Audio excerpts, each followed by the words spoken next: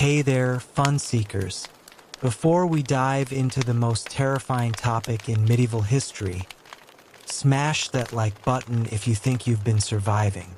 Subscribe if you want more blood-soaked confessions from history's shadows. And drop a comment.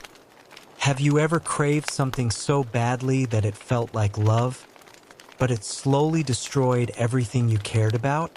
Because tonight, we're going full medieval. In the great, messy story of humanity, there's one plot line we keep trying to edit out of our official biography. We're a species of addicts. Always have been. Hello, my name is Humanity, and I have a problem, actually several problems, repackaged throughout the centuries.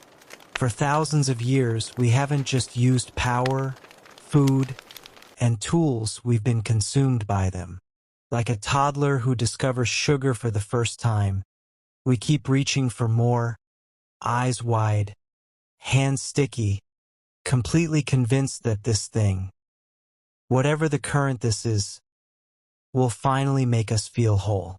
So why, despite entire libraries of philosophical wisdom warning us about these cycles, do we keep falling for the same shiny objects?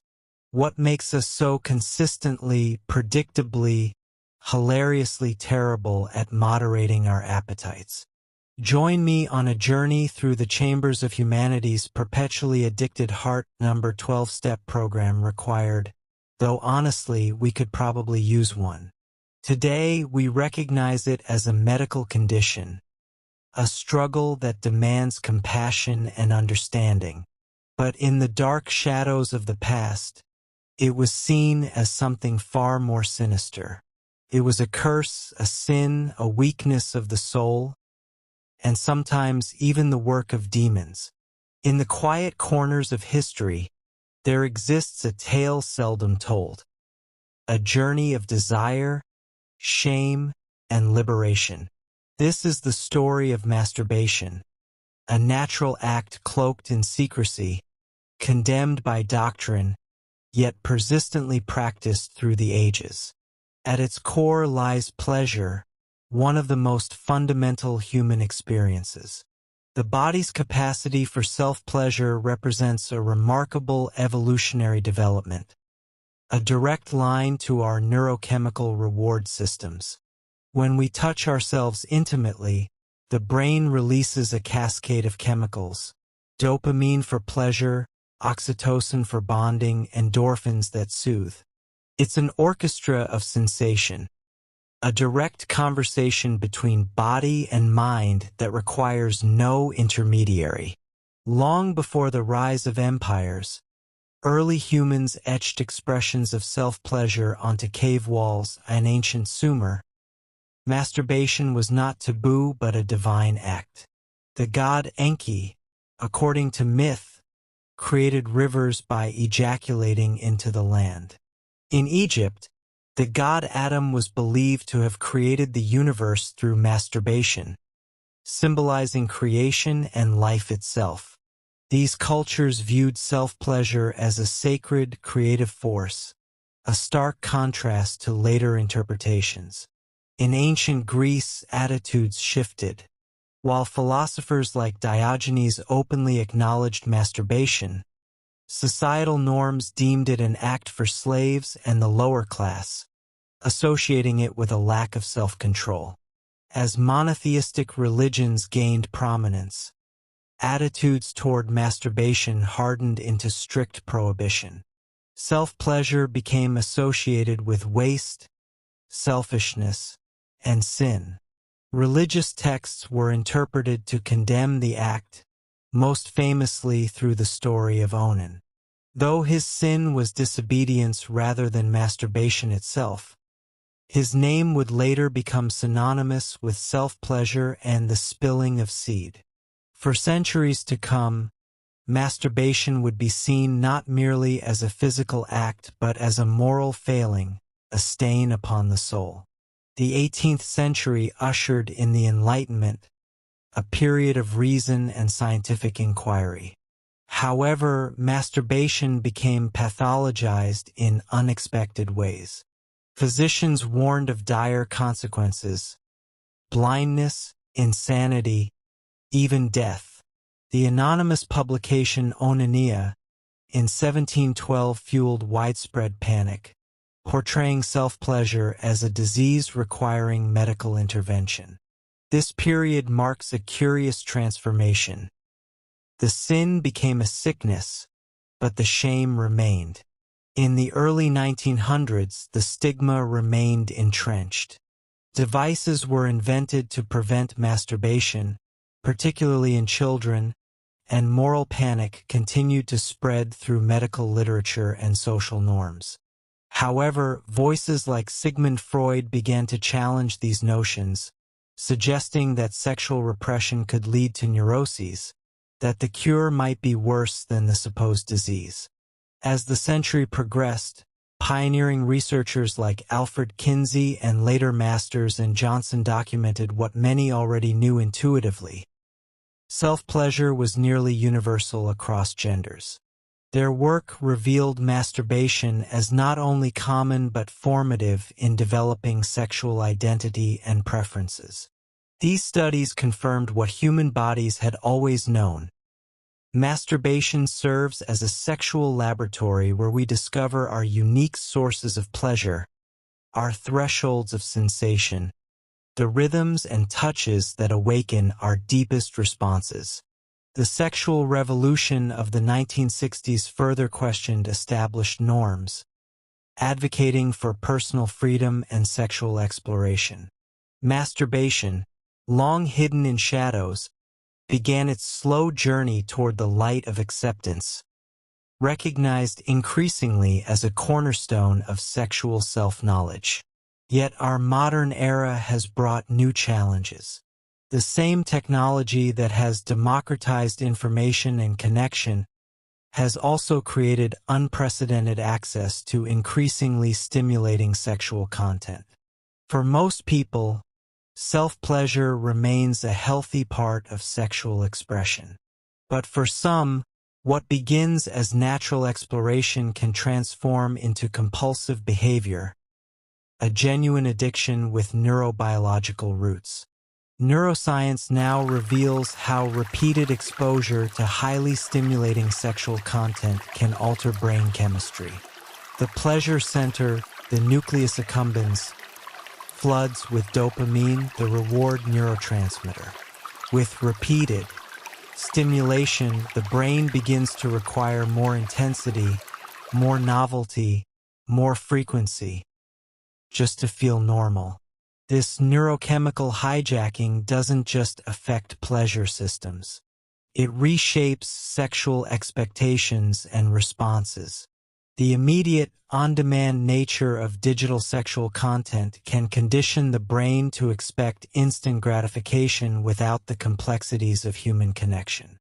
Real intimacy, with its vulnerability, negotiation, and imperfections, begins to pale compared to the frictionless fantasy world available at a click. The brain, wired for the path of least resistance to pleasure, can begin to prefer the digital to the real, the instant to the earned.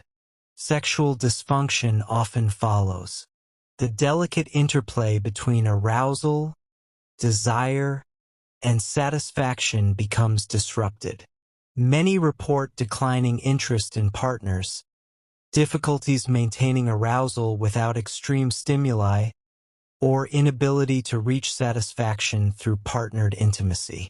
What begins as pleasure becomes compulsion. What was once choice becomes necessity. The very act that humans have practiced since ancient times becomes a prison of the mind and body, disconnecting rather than enhancing human connection. Yet even in the grip of addiction, there is always hope for recovery. Modern understanding of neuroplasticity, the brain's remarkable ability to rewire itself, offers a scientific foundation for healing. Recovery begins with recognition. Acknowledging the problem without shame or self-judgment creates the space for change. The same societies that once condemned masturbation itself now offer compassionate approaches to managing compulsive sexual behaviors. Therapeutic approaches range from cognitive behavioral techniques that identify triggers and develop healthier responses, to mindfulness practices that cultivate awareness of urges without automatically acting on them. The goal is not elimination of pleasure, but its restoration. Many who recover from compulsive sexual behavior describe rediscovering authentic pleasure, sensation that feels wholesome rather than hollow, connecting rather than isolating. This healing extends to intimate relationships. As the brain rebalances, many report renewed capacity for arousal with partners, deepened sensitivity to subtle pleasures, and most importantly, the ability to be fully present during intimate encounters rather than mentally elsewhere. Support groups provide community and accountability. Digital tools can block problematic content. Medication may help manage underlying conditions like anxiety or depression that often fuel addictive patterns. Perhaps most importantly, recovery involves reconnection to oneself, to others, to meaningful activities that provide natural, sustainable sources of pleasure and fulfillment. The journey isn't about eliminating sexuality, but about restoring balance and choice, transforming compulsion back into a healthy expression of human sexuality that enhances rather than diminishes life's other pleasures. Today, masturbation is increasingly recognized as a healthy aspect of sexuality. Studies highlight its benefits, from stress relief to improved sleep, from better understanding of one's body to enhanced intimate relationships.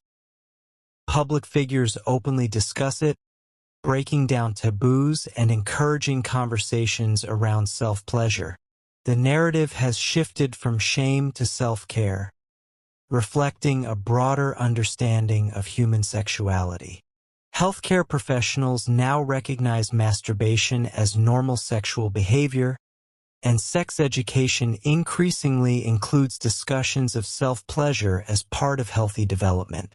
The journey of masturbation through history is a mirror reflecting society's evolving relationship with the body, desire, and autonomy.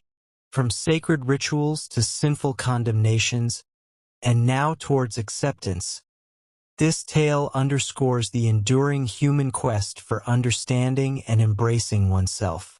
What is pleasure to you? Does your body fascinate you?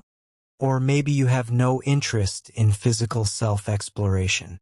Wherever you fall on this spectrum, understanding our shared history can help us move beyond shame toward a healthier relationship with our bodies and desires.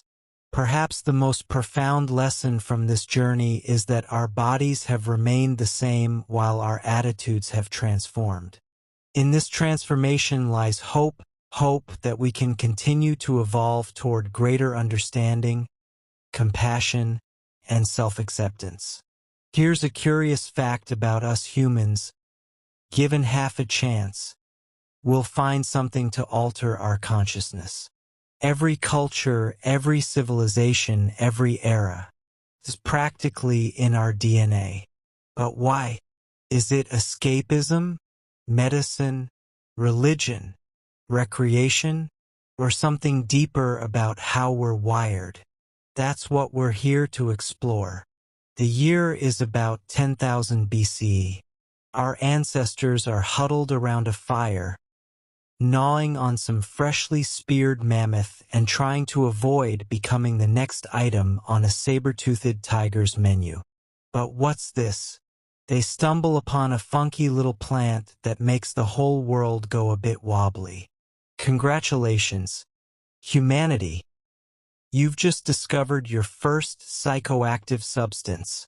These aren't just pretty pictures. Some researchers believe these geometric patterns found in caves across the world represent what humans saw during altered states of consciousness. The same patterns show up everywhere from France to Australia. That's right, our earliest art might be prehistoric trip reports. Talk about starting the human story with a bang. But these weren't just prehistoric party favors. These mind-bending substances quickly became sacred tools, reserved for healing rituals and communion with the spirit world. The first drug dealers? They were shamans, part doctor, part priest, all business. The Sumerians, the OG party starters. These Mesopotamian legends were fermenting barley into beer as early as 5000 BCE. Because after a long day of inventing writing and mathematics, what better way to unwind than a pint or 10? Fast forward to ancient Egypt, where they took things up a notch. Not only did they brew beer, but they also mixed wine with a little something called mandrake, a plant that's basically nature's answer to "Are you feeling lucky?" known for its hallucinogenic properties. And, of course, the ancient Greeks weren't far behind. They had their beloved Kykeon, a potent brew used in the Eleusinian Mysteries, the original Burning Man, but with more togas and less Instagram. These weren't just parties. The Eleusinian Mysteries were profound religious experiences that lasted nearly 2,000 years. Philosophers, emperors, artists, all swore they glimpsed cosmic truths they couldn't describe. Which raises our first big question: how much of human spirituality was born from altered states? When ancient texts describe divine visions, were they describing drug trips? Not exactly the Sunday school version of religious history, is it? By 500 BCE, every major civilization had found their preferred poisons. From cannabis in India to coca leaves in South America, humans everywhere were getting creative with their biochemistry. The substance might change, but the desire remained the same. The Dark Ages, when getting high might have been the only light in your life. This era had it all: plague, famine, and enough superstition to power an entire season of a medieval soap opera. Herbal concoctions were all the rage, and monks were busy brewing what would become modern beer, because nothing says vow of silence like a frothy pint of ale. Meanwhile, over in the Middle East, scholars were busy preserving the knowledge of the ancient world, including recipes for all sorts of intoxicating brews and powders. They even gave the world a little thing called alcohol. That's right, alcohol. You're welcome, Friday night drinkers. The line between medicine and intoxicant was practically non-existent. The same herbs that might kill you could also cure you. It was all about dosage and preparation. And who controlled this knowledge? The most powerful drug cartel of the Middle Ages, the Church. Monasteries controlled brewing and herbal medicine alike. Talk about vertical integration. By the time the Renaissance hit, Europe was positively swimming in alcohol, and trade routes had opened up a whole new world of exotic highs. Tobacco arrived from the Americas, coffee made its way from Africa, and the British fell head over heels for tea. Coffee houses were revolutionary spaces. People switched from beer for breakfast to coffee, and suddenly you've got alert minds discussing politics, science, and philosophy. The Enlightenment itself might be partially credited to caffeine. But the real superstar of this era? Opium. This sticky, tar-like substance made its way from the Middle East into Europe, becoming the go-to remedy for everything from toothaches to existential crises. The creative explosion of the Romantic period owes much to opium. Coleridge's Kubla Khan, De Quincey's Confessions of an English Opium Eater. These weren't just works about drugs. They were works created under their influence. So here's our second big question. How much of our cultural heritage was created under the influence? Would Shakespeare hit the same without the ale? Would romantic poetry exist without opium dreams? The border between sobriety and creativity has always been flexible. Industrialization brought massive changes to society. And not just in the way we worked. With factories churning out goods at breakneck speed, people started to look for ways to keep up. Enter cocaine, a stimulant so beloved it was even an ingredient in early Coca-Cola. Yes, your great-great-grandparents were basically sipping on high-octane rocket fuel with their lunch. These weren't shady back-alley deals. These were respectable products sold in pharmacies, endorsed by doctors. Freud himself was an early advocate for cocaine as a treatment for depression and morphine addiction. Ah, yes, treating morphine addiction with cocaine. Because what could possibly go wrong? Meanwhile, in China, the British were pushing opium like a street corner hustler, sparking the Opium Wars, one of history's most blatant drug deals gone wrong. This wasn't just commerce. This was weaponized addiction. The British East India Company grew opium in India, shipped it to China, and used the profits to buy tea, porcelain, and silk. When China tried to stop the trade, Britain went to war. Let that sink in. One of the world's great powers went to war for the right to sell drugs. And won. Twice. And you thought your dealer was aggressive. By the end of the 19th century, global trade had created global drug networks. Substances that had once been local traditions were now international commodities. And with that came our first attempts to control them. Spoiler alert, it didn't go well. The 20th century dawned with a hangover. After centuries of unregulated drug use, society was feeling the effects. Addiction was becoming visible, and somebody had to be blamed. The temperance movement wasn't just about alcohol. It was about defining American identity. Rural versus urban.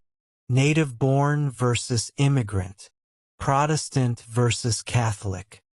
Drugs became a convenient proxy for deeper social anxieties. And those anxieties had names and faces, usually non-white ones. Opium was associated with Chinese immigrants, cocaine with African Americans, marijuana with Mexicans. Sensing a pattern? The language in these campaigns was explicitly racist. Headlines warned of Negro cocaine fiends or marijuana-crazed Mexicans. Fear-mongering was the order of the day. Meanwhile, pharmaceutical companies were turning traditional plants into patentable powerhouses. Morphine, heroin, cocaine, all were initially marketed as safe, non-addictive wonder drugs. The original trust me, bro of medical claims. Enter Prohibition, America's grand experiment in legislating morality. Spoiler alert, it didn't work out as planned. Prohibition created the modern American gangster. By 1930, Al Capone was making $60 million annually from illegal alcohol. That's over $900 million in today's money. All tax-free, of course. The lesson was clear. Banning a substance people want doesn't make the desire go away. It just creates black markets, violence, and really terrible cocktails. A lesson we'd somehow forget again and again throughout the century. When Prohibition ended in 1933, alcohol rejoined the ranks of legal substances. But other drugs weren't so lucky. They remained banned. setting the stage for nearly a century of the world's longest, most expensive game of whack-a-mole, the war on drugs. The 1950s, an era of conformity, containment, and martini lunches. The perfect pressure cooker for what came next. What's often forgotten is that LSD was initially studied as a psychiatric wonder drug. The CIA was interested. The military was interested. Respected psychiatrists were publishing papers on its therapeutic potential. Then came the 1960s, when drugs jumped from the laboratory to the dorm room faster than you can say, "Lucy in the sky with diamonds." It's impossible to separate the rise of psychedelics from the broader social context: Vietnam, civil rights, women's liberation. These substances helped break down existing mental frameworks at a time when many young people were already questioning authority. Timothy Leary, a Harvard professor turned psychedelic evangelist, urged America's youth to turn on, tune in, drop out. The establishment was not amused. America's public enemy number one in the United States is drug abuse. And just like that, the honeymoon was over. The summer of love gave way to a very long winter. In 1971, President Nixon officially declared a war on drugs, a campaign that would cost over $1 trillion, imprison millions, and still somehow fail to reduce drug use. As military campaigns go, it makes the Bay of Pigs look like D-Day. The Nixon campaign in 1968 and the Nixon White House after that had two enemies: the anti-war left and black people. We knew we couldn't make it illegal to be either against the war or black, but by getting the public to associate the hippies with marijuana and blacks with heroin, and then criminalizing both heavily, we could disrupt those communities. Wait, what? Did a top Nixon aide just admit the war on drugs was actually political? Targeting specific communities? Surely not. The numbers don't lie. Despite similar rates of drug use across racial groups, Black and Latino Americans have been arrested, prosecuted, and incarcerated for drug offenses at dramatically higher rates than whites. The pattern established in earlier moral panics continued. Drugs weren't just substances. They were proxies for social control. But this time the stakes were even higher. The 1980s brought us crack cocaine, mandatory minimums, and Nancy Reagan telling kids to just say no. A strategy about as effective as telling a tornado to just go away. The U.S. prison population quadrupled between 1980 and 2000, largely due to drug offenses. We went from about 500,000 people incarcerated to over 2 million. No other developed nation comes close. Which brings us to our third big question: can you legislate human desire? Can you bomb, arrest, and imprison your way out of a demand for altered states? 50 years into the war on drugs, the answer seems to be a resounding nope. The 1980s brought us crack cocaine, mandatory minimums, and Nancy Reagan telling kids to just say no. A strategy about as effective as telling a tornado to just go away. The U.S. prison population quadrupled between 1980 and 2000, largely due to drug offenses. We went from about 500,000 people incarcerated to over 2 million. No other developed nation comes close. Which brings us to our third big question: can you legislate human desire? Can you bomb, arrest, and imprison your way out of a demand for altered states? 50 years into the war on drugs, the answer seems to be a resounding nope. The 1990s brought us raves, club drugs like ecstasy, and a particular irony. While some drugs were demonized in the streets, Others were being heavily marketed by pharmaceutical companies. Meet the new dealers Purdue Pharma, Johnson & Johnson, and their peers. Their product? Legal opioids like OxyContin, marketed as safe and non-addictive. If that sounds familiar, it's because we've seen this movie before, and the sequel is just as tragic. By the early 2000s, we were seeing skyrocketing rates of prescription opioid abuse, followed by heroin use when prescriptions became harder to get, and then fentanyl. The current overdose crisis represents the deadliest drug epidemic in American history. The bitter irony? Many of these victims started with legal prescriptions from trusted doctors. The line between medicine and mayhem, between healing and hurting, remained as blurry as ever. And then, plot twist, after a century of escalating prohibition, the pendulum began to swing back. Cannabis legalization, psychedelic therapy, harm reduction, the white flag of truce in the war on drugs began to wave. We're seeing remarkable results using substances like psilocybin, MDMA, and ketamine to treat conditions including PTSD, depression, and addiction. These aren't party drugs in this context. They're tools for profound healing when used properly. Meanwhile, cannabis went from reefer madness to mainstream business, with dispensaries popping up like Starbucks franchises. Turns out prohibition couldn't compete with cold, hard tax revenue. Who knew?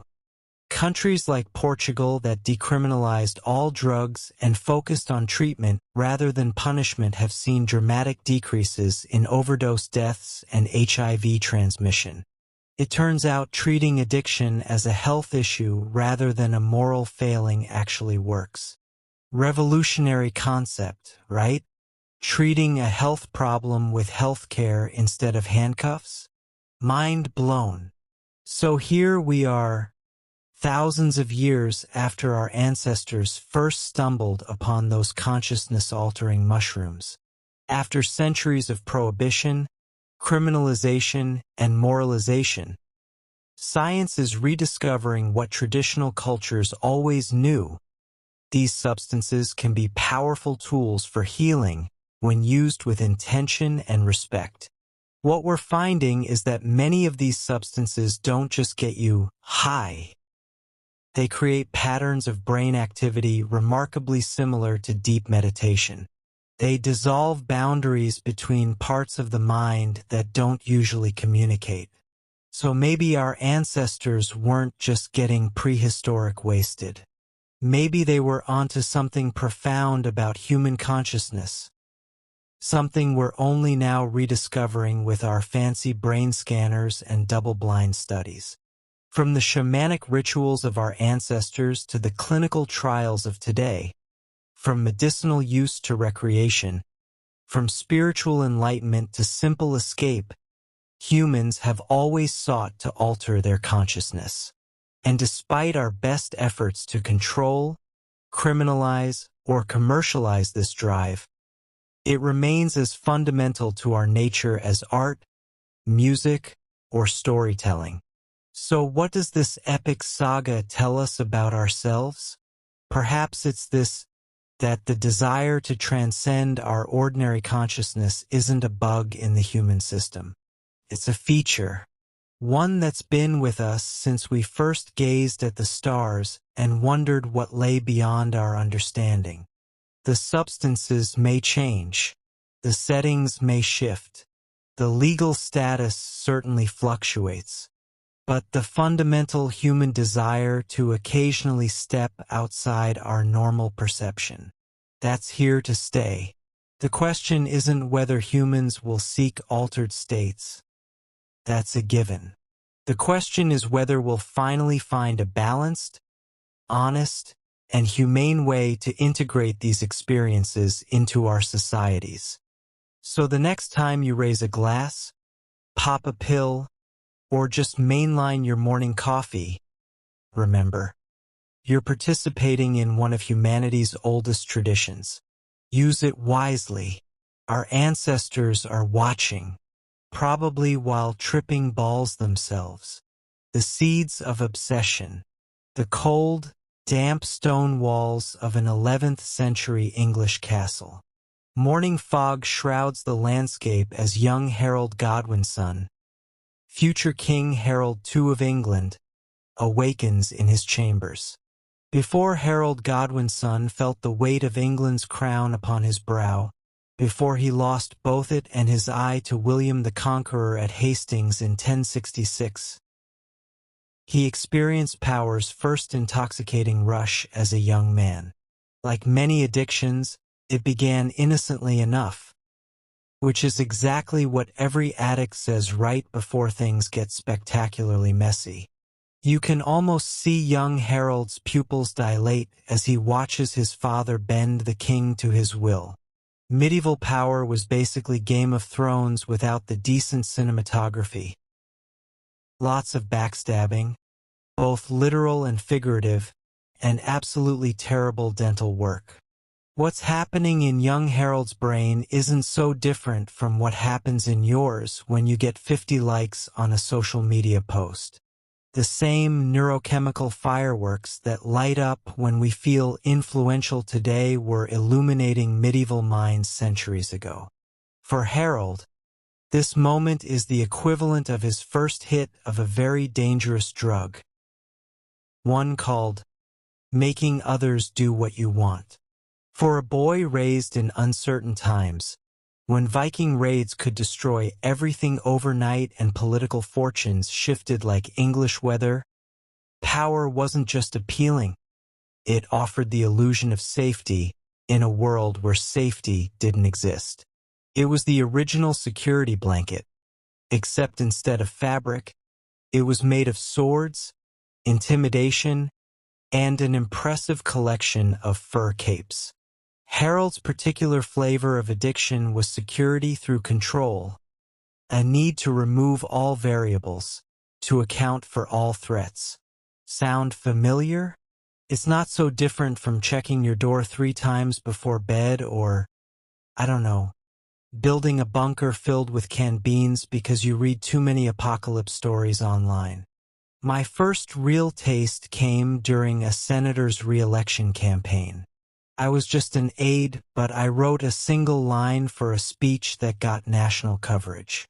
Suddenly people who'd never even looked at me were asking my opinion. It was intoxicating. Within a year, I was making decisions that affected thousands of people. I'd catch myself at restaurants expecting the best table, at airports expecting to skip lines.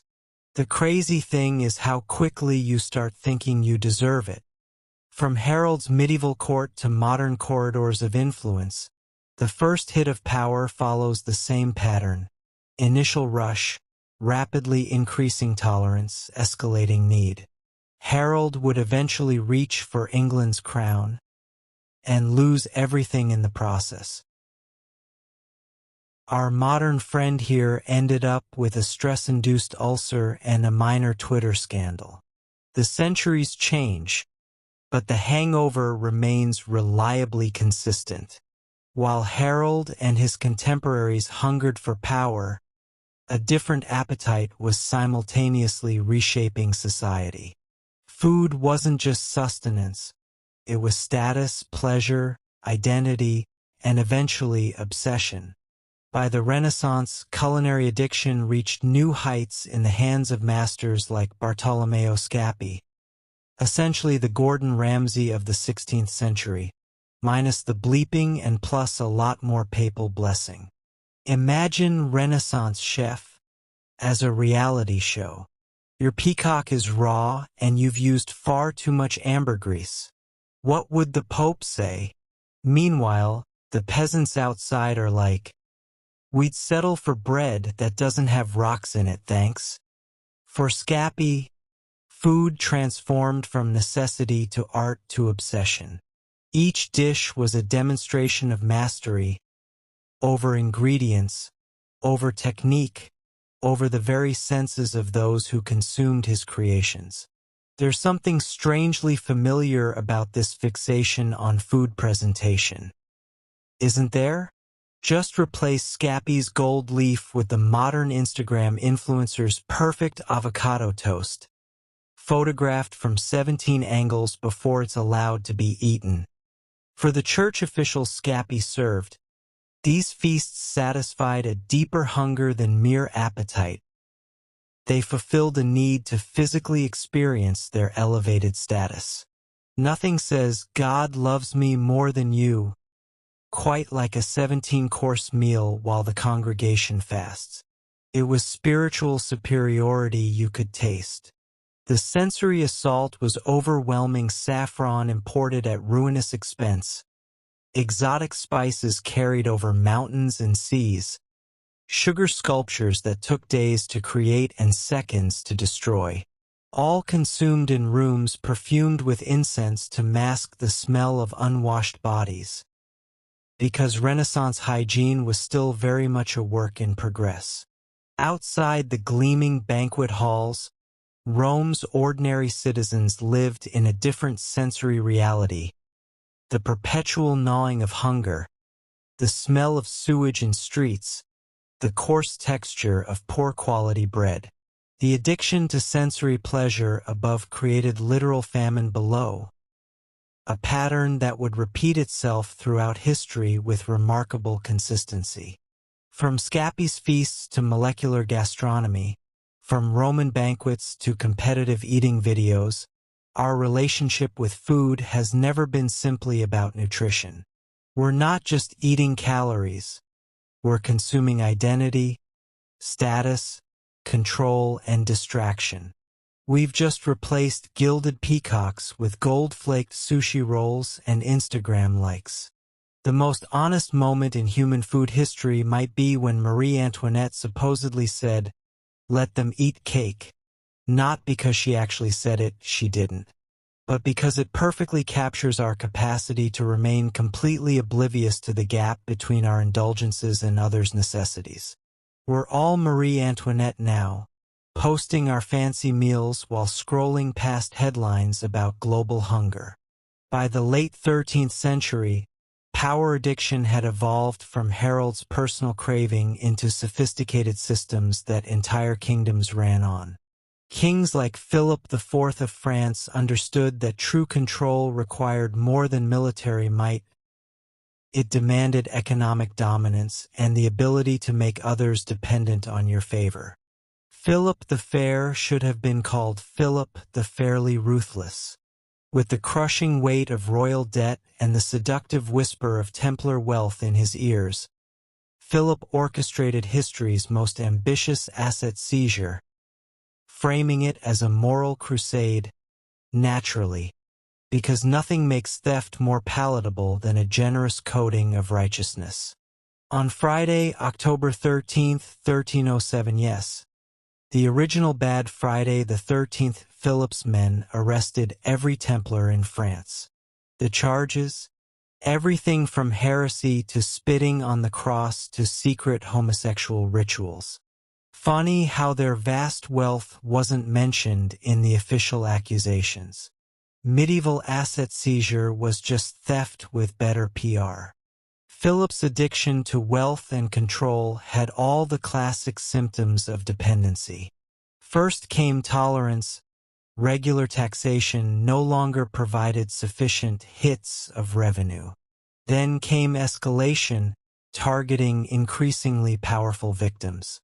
Finally came the bargaining, convincing himself that the Templar's wealth was rightfully his, that he was merely restoring proper order. What makes power addiction particularly destructive is how easily it justifies cruelty. Philip's men extracted confessions through methods that would make modern dictators take notes. The smell of burning flesh as Templar leaders were eventually executed became Paris's most potent reminder that power addiction demands sacrifice.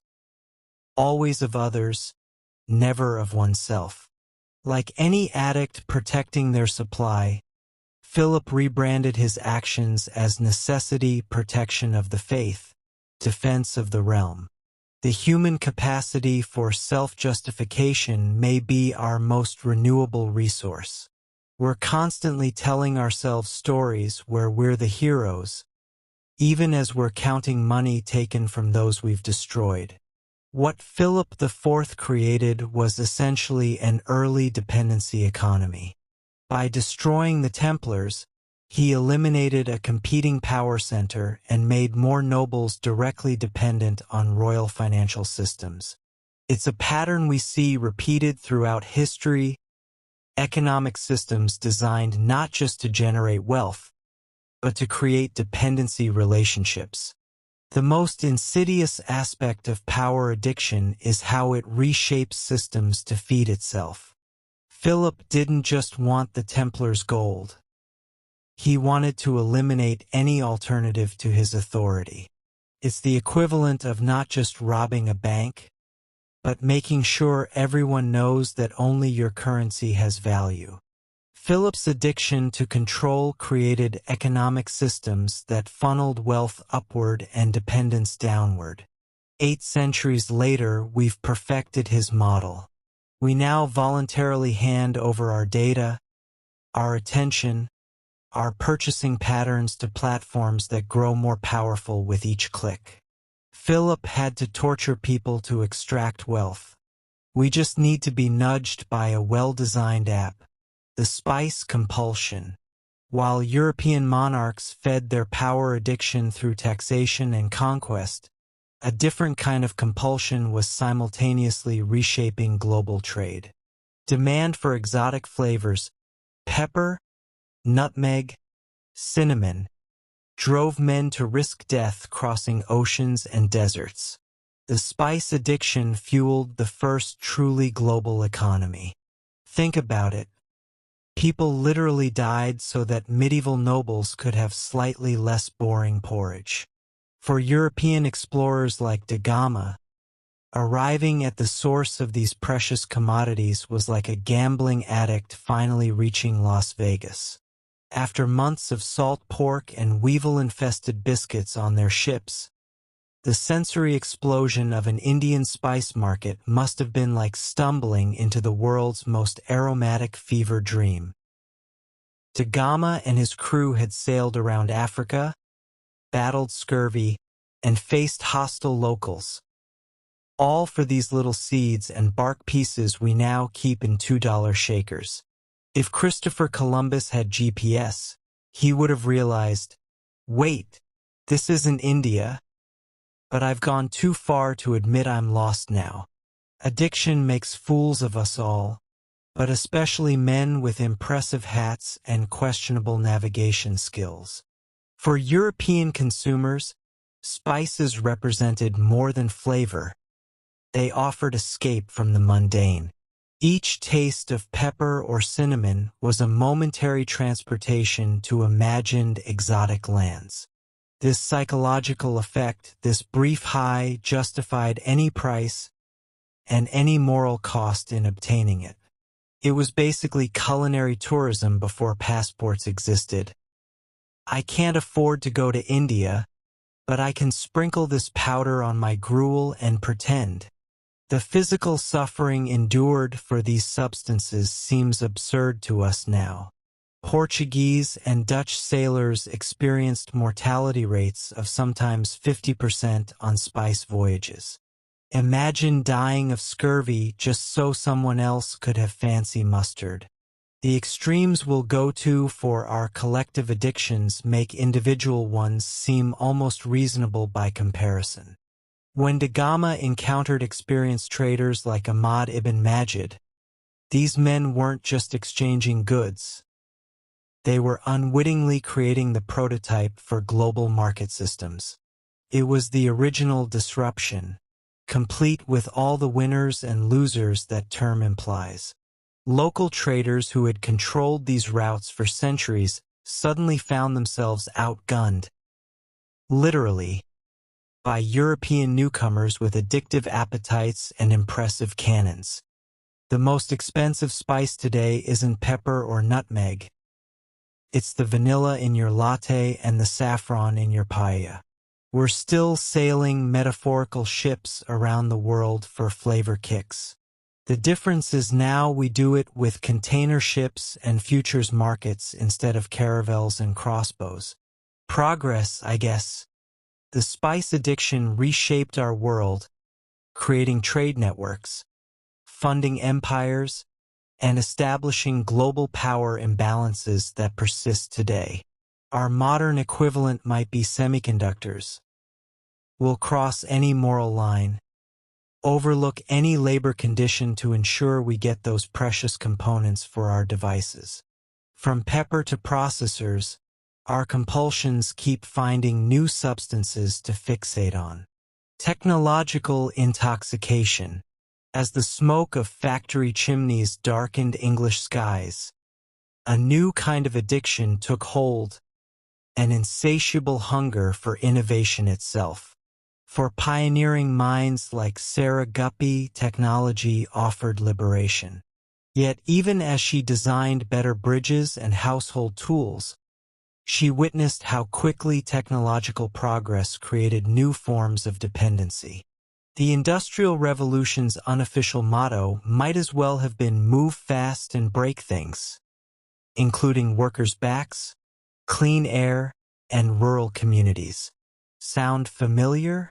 Silicon Valley just replaced coal soot with smartphone thumb strain and algorithmic anxiety.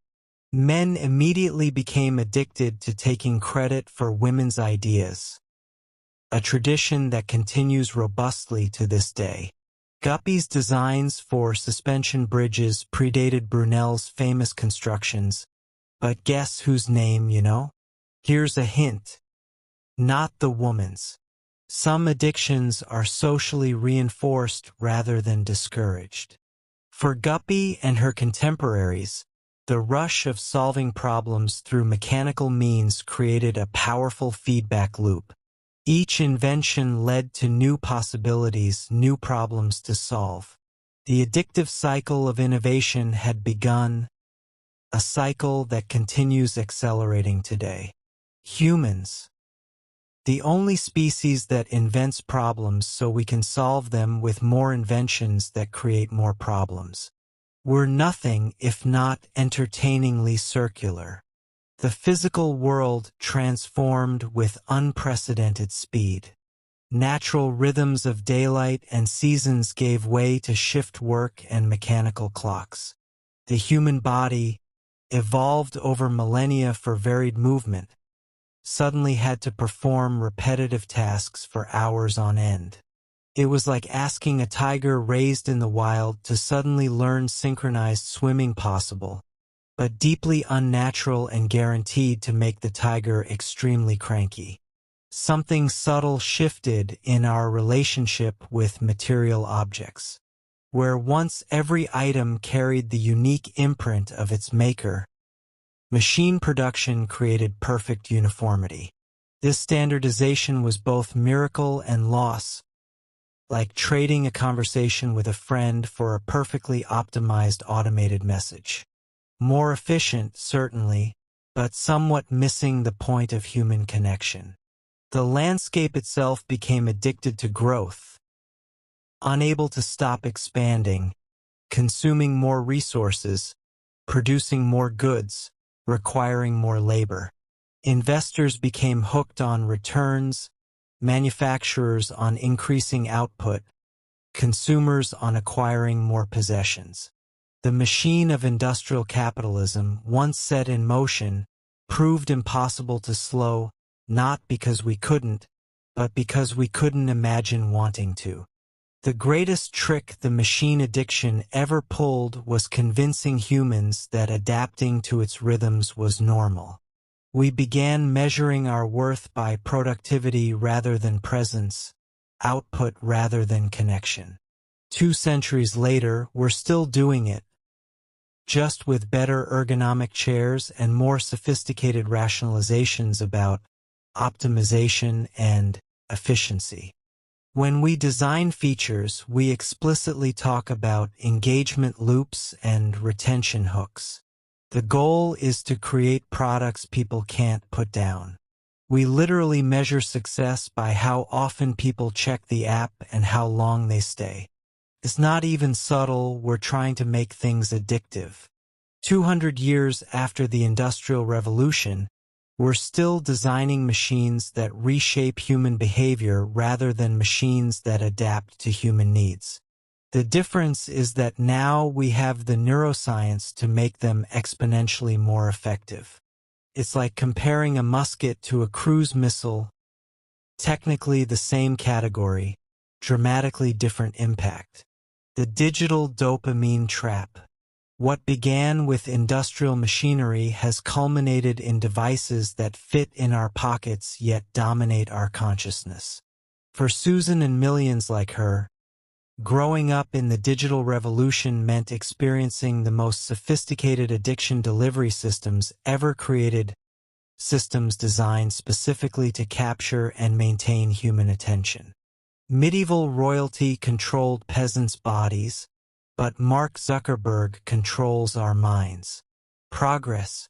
The feudal lord demanded physical labor and a portion of your crops. The algorithm demands your attention and a comprehensive map of your preferences, desires, and insecurities. At least the peasants got to sleep uninterrupted without notification chimes. We laugh at lab rats pressing levers for pellets. Yet here we are, the supposedly superior species, tapping glass rectangles for digital hearts and thumbs-ups. The average person checks their phone 96 times a day. Medieval peasants only bowed to their lords 5 times daily. Advantage: peasants. The smartphone revolution perfected what marketers had pursued for decades: direct access to the brain's reward pathways. By delivering unpredictable rewards through notifications, likes, and content recommendations, these technologies tap into the same mechanisms that drive gambling addiction. We've essentially turned our pockets into tiny Las Vegas casinos, minus the complimentary drinks and plus the crushing FOMO. The physical manifestations of our digital dependency are unmistakable: the hunched posture we've named text neck, the phantom vibration syndrome where we feel alerts that aren't there, the actual withdrawal symptoms when separated from our devices. We've managed to develop a substance-free addiction that nonetheless rewires our neurology as effectively as any chemical. Perhaps the most profound shift is in our social architecture. We're increasingly alone together, physically present but mentally absent, performing the theater of connection while experiencing the reality of isolation. It's like we've all agreed to attend the same party but spend it texting people at other parties. What we're seeing in these scans is remarkably similar activation patterns. The brain's reward system doesn't particularly distinguish between likes on Instagram and more traditional sources of pleasure. The key difference is accessibility. Your phone is always with you, always ready to deliver that next hit. The most telling sign of addiction is the difficulty of abstinence. When separated from our devices, we exhibit classic withdrawal symptoms: anxiety, irritability, difficulty concentrating, intrusive thoughts about checking notifications. We joke about being addicted to our phones, but the neurological evidence suggests it's not really a joke. Perhaps the most insidious quality of digital addiction is how it masquerades as productivity, connection, or information seeking. No one intends to check their email 60 times a day or spend 2 hours scrolling through strangers' vacation photos. It just happens, one small hit at a time, until we look up and realize a substantial portion of our life is spent in a state of semi-conscious consumption. Across history, our addictions wear different costumes but share the same script. From Harold's hunger for control to Susan's social media dependency, We keep surrendering our autonomy to substances and systems that promise fulfillment but deliver dependence. The details change. The pattern persists with remarkable consistency. Breaking the cycle. History offers us warnings about where unchecked addiction leads. Rome's elite, consumed by their appetites for luxury and power, lost connection with the realities faced by ordinary citizens. As climate shifts and external pressures mounted, their addiction to consumption left them unable to adapt. Late-stage Rome was essentially history's first documented case of the "this is fine" meme. The dog sitting in a burning room, insisting everything's normal. Nero fiddled. We doom scroll. Different instruments, same concert. Societies, like individuals, develop collective addictions that can blind them to approaching dangers. The psychological mechanism is the same. Short-term rewards override long-term survival instincts until collapse becomes inevitable. It's like watching a civilization-sized version of Just One More Episode at 3 a.m. on a work night. Except instead of being sleepy the next day, the empire falls. As Rome's resources were increasingly channeled toward elite consumption and military adventures, the commons deteriorated. Public baths closed, roads fell into disrepair, water systems failed. The architecture of shared prosperity literally crumbled while private luxury persisted in insulated bubbles. If that sounds uncomfortably familiar, it absolutely should. The metabolic rate of Rome's consumption eventually outpaced its resource base. Fertile lands were farmed to exhaustion. Forests cleared for shipbuilding never regrew. Mines were depleted of accessible ores. The empire had essentially developed a resource addiction it couldn't sustain, like a body that requires ever-increasing calories while simultaneously losing the ability to find food. Perhaps the most dangerous aspect of collective addiction is how it normalizes abnormal conditions. Romans continued to act as if their civilization was eternal even as its foundations cracked beneath them. The capacity for collective denial may be our most dangerous evolutionary inheritance.